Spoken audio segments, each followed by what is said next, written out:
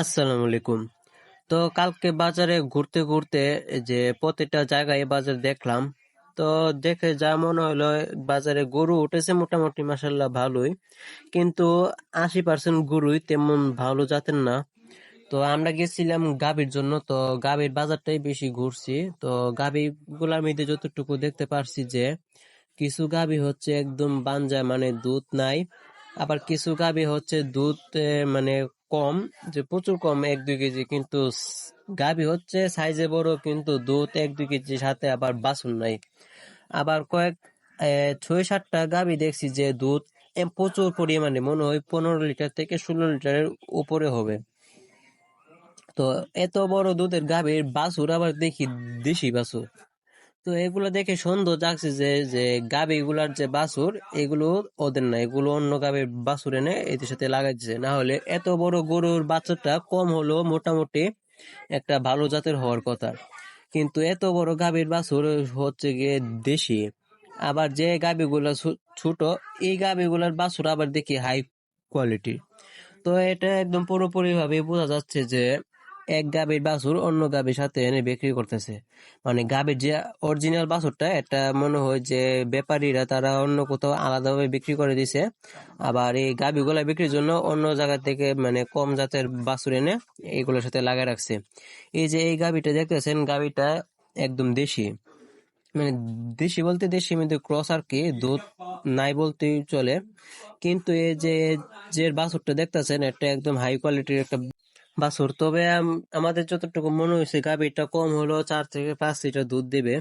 তো ভাবলাম বাছুরটা যেহেতু ভালো জাতের, তো গাভীটাকে ক্রয়নি করতে পারি। কিন্তু দেখলাম গাভীটা যেভাবে লোকটাকে গোতা দিতেছে, মনে মনে ভাবলাম থাক দে, এই গাভী নিয়ে আর লাভ নাই।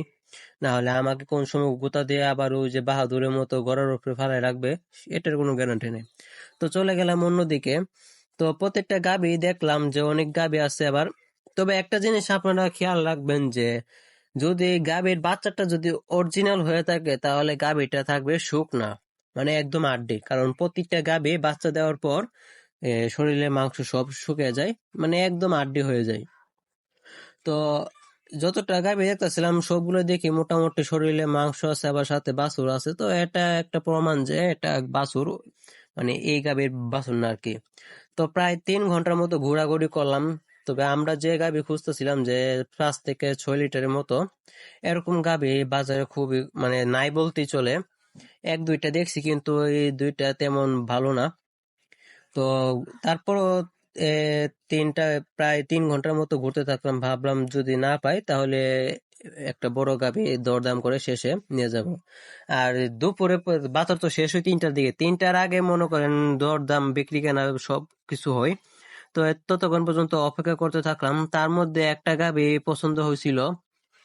তো এটা দরদাম করার সময় ভাবলাম এটা 1,05,000 দাম বলছিলাম। তো বলার পরে উনি দিছে নাই, উনি 1,05,50,000 চেয়েছিল। তো আমরা কিছুক্ষণ একটা ঘরে বসেছিলাম। তো ভাবলাম গিয়ে একটু পরে গিয়ে আবার কি একটা দাম বলবো, 1,20,000 পর্যন্ত বলবো, যদি দেই তাহলে নিব। তো আমরা যাওয়ার আগে দেখি অন্য লোক এটাকে 1,30,000 দিয়ে কিনে নিয়ে গেছে। তো কি করার, আবার একটু হাঁটতে থাকলাম। হাঁটতে হাঁটতে দেখলাম এখানে অনেকগুলো মহিষ, সাথে বাচ্চা মহিষও আছে। তো সবগুলা মহিষই দেখি মেয়ে মহিষ, মানে বক বেটি মহিষ আর কি।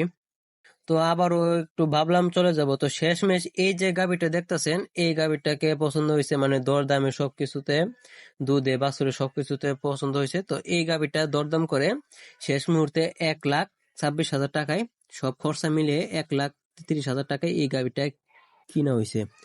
তো কিনা শেষে হাসি টাসি দিয়ে সবকিছু ঠিকঠাক করে গাড়িটাকে গাড়িতে উঠে বাসায় নিয়ে আসলাম। তো সকলে ভালো থাকবেন, আল্লাহ হাফেজ, আসসালামু আলাইকুম।